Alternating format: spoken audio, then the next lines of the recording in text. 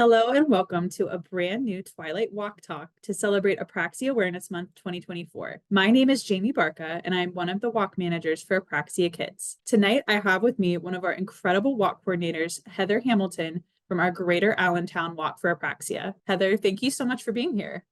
Absolutely.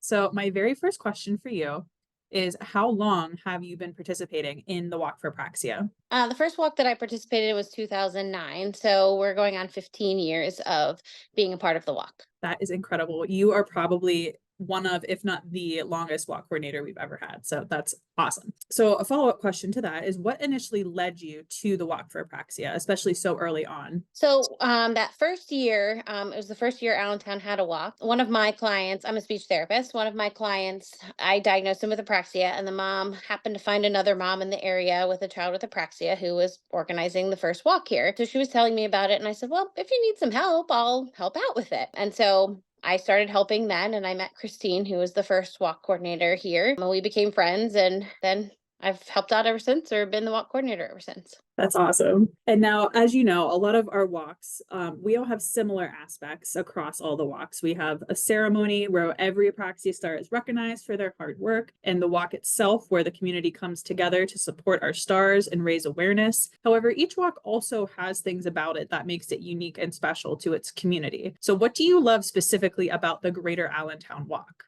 So, one thing is that we have a great team of people that plan it. So, I've been lucky enough to have, there's five of us, myself and another speech therapist, and then three other moms who have children with apraxia. So, that in itself makes our walk great because we've got great minds coming together. One thing we do every year is we pick a theme, and it helps us kind of wrap our head around the walk and make all of the activities fun and exciting for the kids and make it really great event.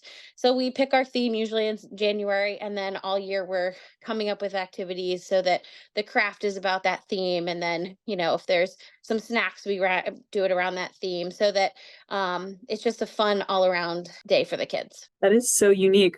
Do you have your theme for this year yet? Yeah, we're doing space and star theme. We've done it before, but I mean, clearly it's Apraxia Stars. But we actually did this theme the COVID year where everything was virtual, so we figured we could bring it back and do it again. So it's sort of a space and reach for the stars kind of theme. Yeah, and that's perfect because our Walk for Apraxia shirt this year has a Yep. little rocket on it. So that Yeah. is As soon as perfect. the shirt came out, we were all excited that hey, we picked the perfect thing. Yeah, that is such a great idea. I absolutely love that. And as you know, our awareness month theme for this year is We Are Apraxia Kids. You are a big part of that we. So what drives you to continue to be a part of our organization after all these years? So, I mean, part of it is I can't imagine the Allentown area not having a walk. So I don't want it to end. So I'm going to keep doing it as long as I physically can do it. And, I mentioned that team of people that makes it much easier for me to plan a walk since, many hands make for light work. But I also have gotten so much back from Apraxia Kids, even though I don't have a child with apraxia. I was lucky enough to be one of the therapists who attended the 2014 boot camp for speech therapists. And through that, I met wonderful colleagues who I can bounce ideas off and have become now really it's been lifelong, long time friends because it's been 10 years.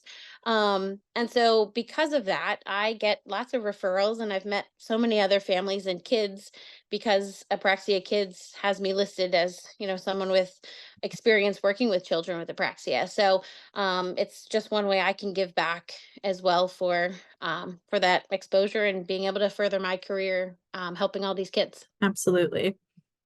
Do you have any advice for someone who may just be beginning their journey with apraxia? So, from a speech therapist perspective, I like to tell every parent ask a lot of questions because I get a lot of calls from people asking me, well, I think my kid has apraxia, or a therapist has mentioned that word. I don't know what to do. And so, my biggest advice is to just ask questions. Why are you doing what you're doing? And what are you doing? What is making this different therapy for a child with apraxia than a child that just has a language delay or an articulation disorder? So, just ask a lot of questions. Know the what and the why that your therapist is doing things so that you know if it's the right treatment. Yeah, that's excellent advice. Thank you so much. How do you think your contribution as a walk coordinator has made an impact on the apraxia community? So I think it makes an impact because one of my favorite parts of the day is that people get to connect together. So we've had different speech therapists come. We had Dave Hammer come once, which was awesome. So everyone gets to make connections on that day. So I think by me continuing to help with the walk, we get parents that are new to this apraxia journey, meeting parents who've been around the block for a while, and it's just really kind of making that community. Yeah. Is there anything else that you would like to add? I think the Walk for Apraxia is an excellent event to get involved with, whether you just show up and have a great day, whether you want to volunteer to help make it a successful day. We always enjoy the day, whether it's rain, whether it's 90 degrees.